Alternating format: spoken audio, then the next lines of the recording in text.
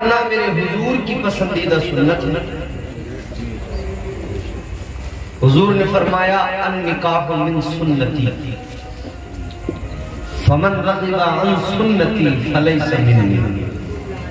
फरमाया निकाह मेरी सुन्नत है, जिसने मेरी सुन्नत से मुंह मोड़ा वो मुझसे नहीं।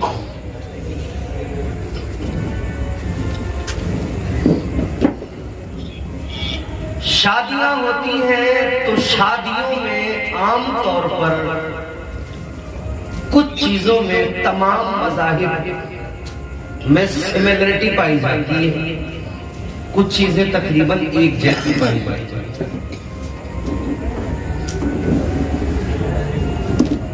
आपके कानों में मेरी आवाज से ज्यादा एक दूसरी आवाज भी आ रही है, यह आवाज सिमिलर है। किसी भी मजहब का कोई भी बंदा हो, किसी भी मजहब में शादी होती हो, ये आवाजें चलती रहती है। हिंदू, मुस्लिम, सिख, ईसाई, बैंड बाजे हर जगह बजाए जाते हैं। इस्लाम नाच गाने की इजाजत नहीं देता।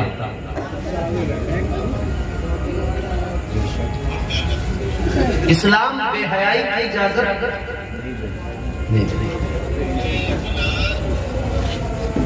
ये शादियों का सिलसिला, निकाह का सिलसिला इस्लामी नुक्ते नजर से, कुरानी नुक्ते नजर से अगर समझा जाए तो ये बहुत पुराना। अल्लाह ताला ने कुरान मजीद में इसका वाज़ेह ऐलान फरमाया। अब आप कुरान सुनिए, नातिया कलाम आपने माशाअल्लाह सुने, मंजूम कलाम बहुत अच्छे से सुने, और उस्मान भाई ने इतने अच्छे से आपको सुना दिया कि अब जरूरत नहीं रही इसके आगे कि आपको कुछ और सुनाया जाए। अब जरूरत है कि आपको मैं कुरान सुनाऊं। एक बात याद रखिए,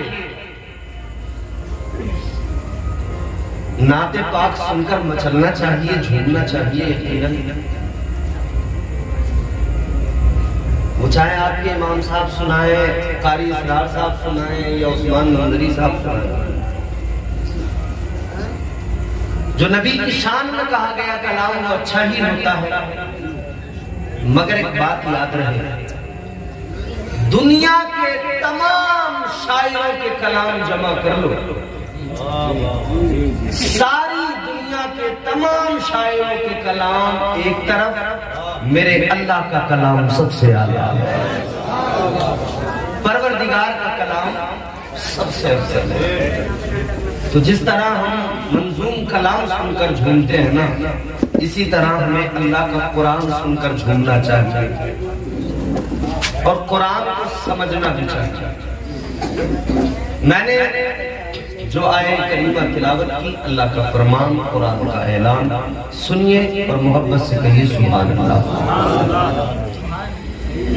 परवरदिगारे आलम खालिक़े कायनात रब्बे लम यज़ल व ला यज़ाल ने कुरान मजीद में ऐलान फरमाया, या अय्युहन नास तक़ू रब्बकुमुल्लज़ी खलक़कुम मिन नफ्सिन वाहिदा। परवरदिगारे आलम ने कुरान मजीद में ऐलान फरमाया, ऐ ईमान, ऐ लोगों, अल्लाह से डरो, अल्लाह से डरो। सबसे पहले तो कुरान ने यही मिजाज दिया हर मौके पर कि बंदो अल्लाह से डरो। किस किस मामले में? हर मामले में अल्लाह से डरो, लेकिन कुछ मामले ऐसे हैं जिनको अल्लाह ने खास तौर पर जिक्र किया। परवरदिगारे आलम ने फरमाया अल्लाह से डरो। कुरान कहता है अल्लाह से डरो जिसने तुम्हें एक जान से पैदा किया और उसी से तुम्हारा जोड़ा बनाया। एक जान से पैदा किया, उसी से तुम्हारा जोड़ा बना। आप सब समझदार ज़हीन लोग हैं।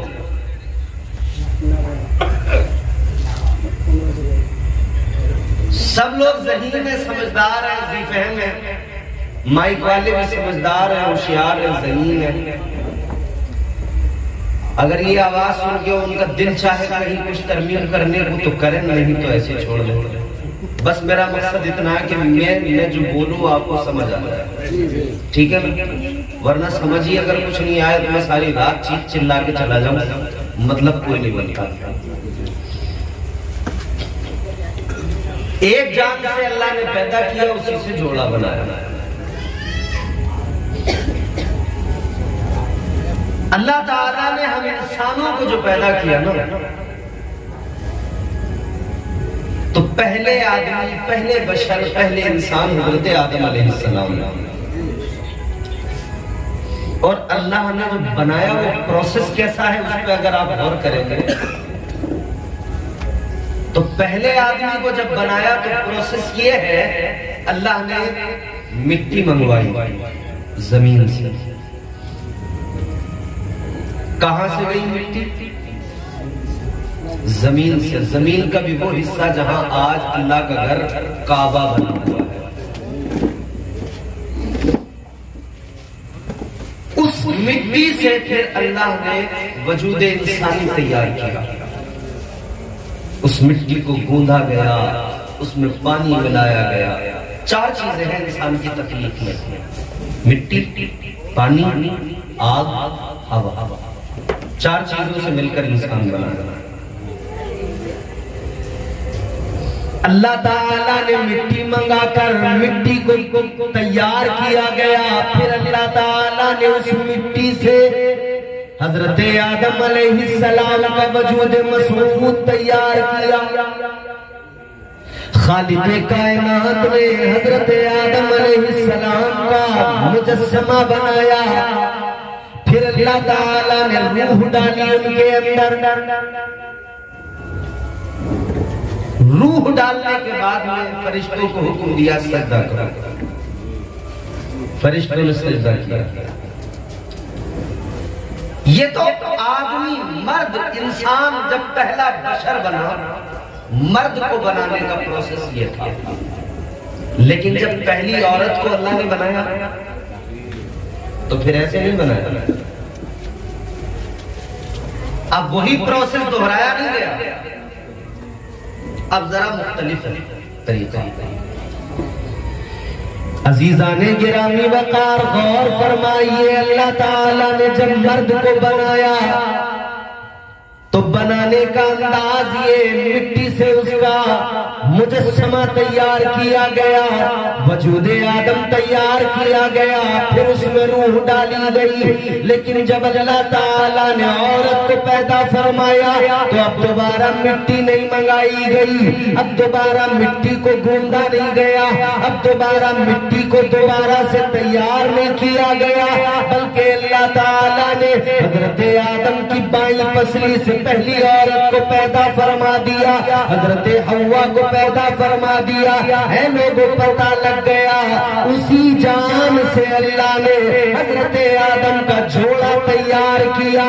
एक जान से जोड़ा बना।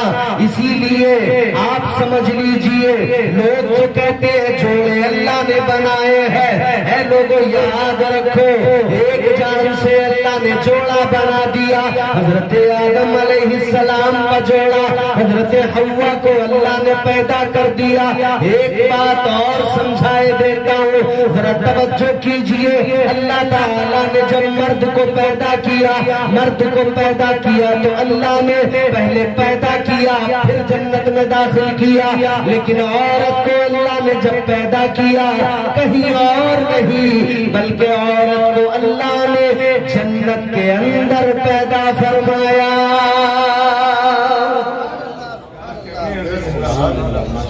अल्लाह ने औरत को जन्नत में ही पैदा फरमाया। थोड़ी आवाज बढ़ाओ। औरत को अल्लाह ने कहाँ पैदा किया? बोल दो। मर्द को अल्लाह ने जन्नत में पैदा नहीं किया। औरत को पैदा करें। क्यों?